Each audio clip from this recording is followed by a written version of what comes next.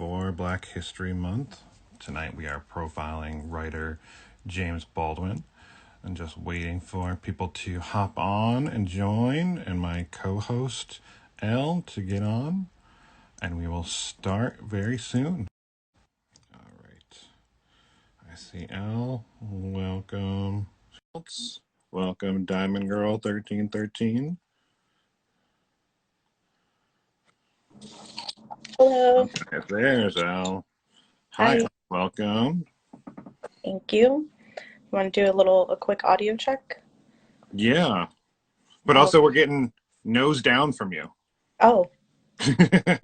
There we go. There's your face. Hi. All right.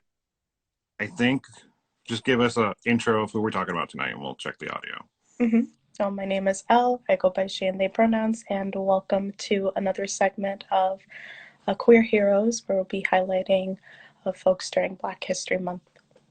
Sound good? Sounds amazing. Welcome everyone who's joining. Awesome. Just add our little thing. We would love to hear from people where they are watching us from, because Instagram doesn't tell us, but based on your viewing. So we'd love to hear from you. So please feel free to enter that into the chat. And then Elle's going to take it away to give us our profile. And Elle, I have a surprise. I have a video clip of James that we're going to play at the very end. Okay. We're going to try it with two of us on and a video and see how delayed it might be. Okay. All right.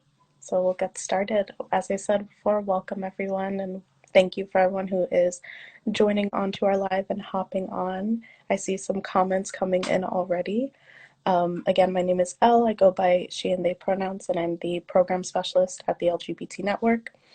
And today we're going to be highlighting for Queer Heroes James Arthur Baldwin, who is an American novelist, playwright, poet, and activist. A lot of his work has a lot of themes of masculinity, sexuality, race, and class that are intertwined with a lot of the major political movements towards social change in America, like the Civil Rights Movement and Gay Liberation Movement. And Baldwin's characters in his writing and in his work are often African American, while gay and bisexual men. And a lot of his work goes into the internal and external obstacles that queer men of color do face. So going into James Baldwin's early life, James Baldwin, Emma Burke, she had left Baldwin's biological father and moved into Harlem, where Baldwin was born in Harlem Hospital in New York. Jones then married a Baptist preacher, and by the time Baldwin had reached adolescence, he had discovered a passion for writing. And in 1937, at the age of 13, he wrote his first article titled Harlem, Then and Now, and which was published in his school magazine, The Douglas Pilot. During his teenage years, Baldwin followed his stepfather's shadow into the religious life. At the age of 14, he attended meetings at the Pentecostal church at 14. And during a prayer meeting, he had converted and became a junior minister. For that, at Fireside Pentecostal Assembly, he was drawing larger crowds than his stepfather had done in his day. But at 17, however, Baldwin's views on Christianity had shifted, and he had left the church, although his stepfather wanted him to become a preacher. And while James Baldwin was 15 years old, one day he had skipped school and met Beaufort Delaney, a modernist painter in Greenwich Village. Delaney became a mentor to Baldwin.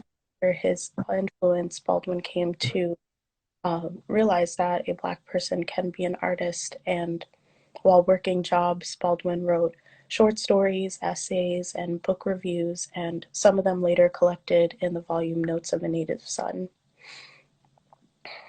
During his teenage years, Baldwin began to realize that he was gay. and in 1948, New Jersey, he walked into a restaurant where he knew that the service Baldwin a glass of water which had shattered against the window behind the bar, and impacted by the way that America's prejudice was against Black people, as well as wanting to see himself and his writing outside of an African American context. He left the United States and, at the age of 24, settled in Paris. Baldwin uh, then began to write more and release more of his work while he was in Paris, and soon became involved in the cultural radicalism of the left bank. He started to publish his work in literary anthologies, and also spent most of his later life in France, and spent also some time in Switzerland and Turkey. Moving into the 1950s to the 1960s, first novel, Go Tell It on the Mountain, was released, and his first collection of essays, Notes of a Native Son, appeared 2 years later. He continued to experiment with literary forms throughout his career, and then released his second novel, Giovanni's Room, which caused a great controversy when it was published in 1956, due to its themes of homosexuality and bisexuality, and despite the reading public's expectations that he would publish works dealing with the experiences of African Americans, Giovanni's Room is predominantly about white characters. Moving into James Baldwin's activism, he returned into the United States in the summer of 1957 while the civil rights legislation was being debated in Congress. And he was moved by a lot of the people that were advocating and out at that time. And a editor had reached out to ask if he would report what was going on in the American South. And while he was nervous about the trip, he had made it interviewing people in Charlotte and interviewing people in Montgomery, Alabama, where he also had met in Charlotte Martin Luther King Jr. While he wrote about the movement, Baldwin aligned himself with the ideals of Congress of Racial Equality, also known as CORE, and the Student Nonviolent Coordinating Committee, also known as SNCC.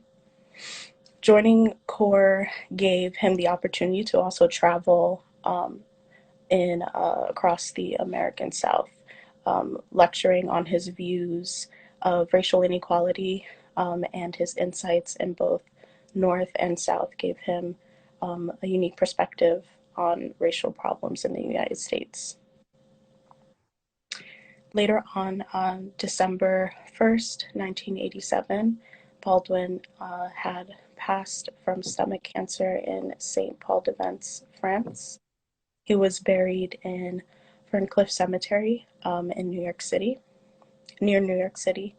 And at the time of his death, he was working on an unfinished manuscript called Remember This House. And it was a memoir of his personal recollections of civil rights leaders, Medgar Evers, Malcolm X, and Martin Luther King Jr. And the manuscript formed a foundation for Raoul Peck's 2016 documentary film, I Am Not Your Negro. And for his legacy, Baldwin's influence on other writers have been really impactful. One of Baldwin's stories, Sonny's Blues, appears in many anthologies of short fiction used in college literature classes. And in 2012, Baldwin was also inducted into the Legacy Walk, an outdoor public display that celebrates LGBT history and people.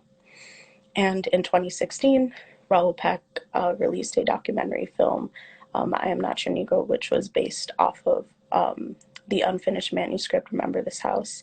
And it's a 90-minute documentary talking about Black history and how it connects to the past civil rights movement and also to the present Black Lives Matter movement.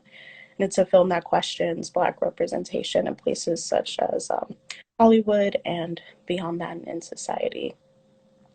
And in June 2019, Baldwin was one of the inaugural 50 American pioneers, trailblazers, and heroes inducted into the National LGBTQ Wall of Honor, and that is within the Stonewall National Monument in New York, and that is one of the first monuments that is dedicated to LGBTQ rights and history. And the wall's unveiling was taking place during the 50th anniversary of Stonewall in 2019. So Baldwin had a huge impact on the world, primarily when it came to people of color, queer people, and both queer people of color.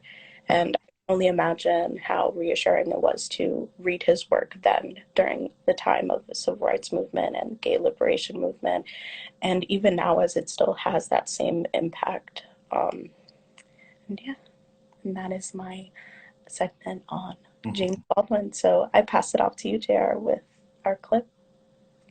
Thank you so much, Al, and definitely influential playwright, writer, activist, poet, contemporary of King and Evers and Malcolm X, hence the memoir collection that he was writing at the time of his death. So we want to finish out with a clip from featuring James Baldwin in quite a heated debate with a philosophy professor on the Dick Cavett talk show in 1968. And I think we'll see how those themes, translate again. Elle, you talked about the documentary kind of tying the civil rights movement of the 60s into the Black Lives Matter movement that's happening now.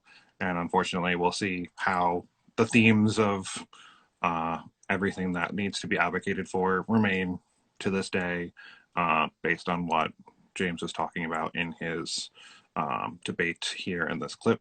But before we do that, letting people know this will be reposted on our Facebook and our YouTube channel around 6:30 tonight, or as soon as we can. The obstacles, the very real danger of death thrown up by the society when a black man attempts to become a man.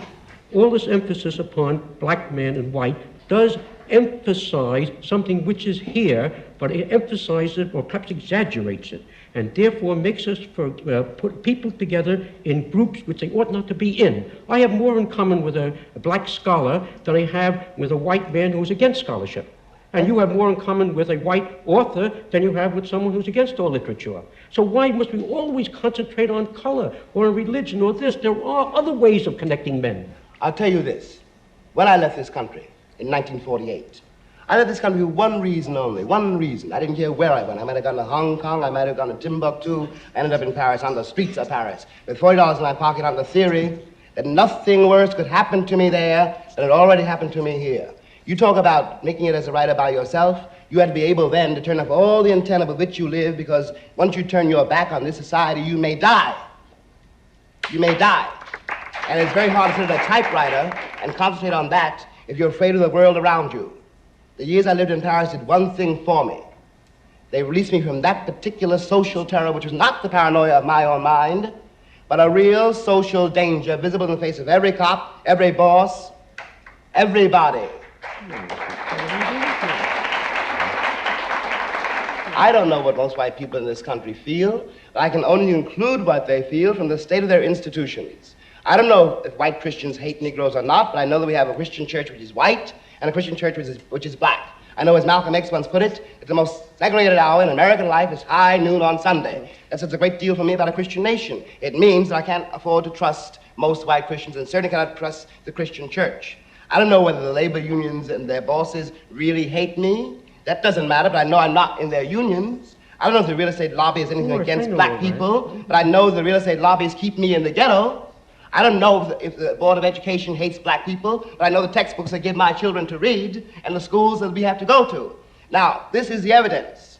You want me to make an act of faith risking myself, my wife, my woman, my sister, my children, on some idealism which you assure me exists in America, which I have never seen.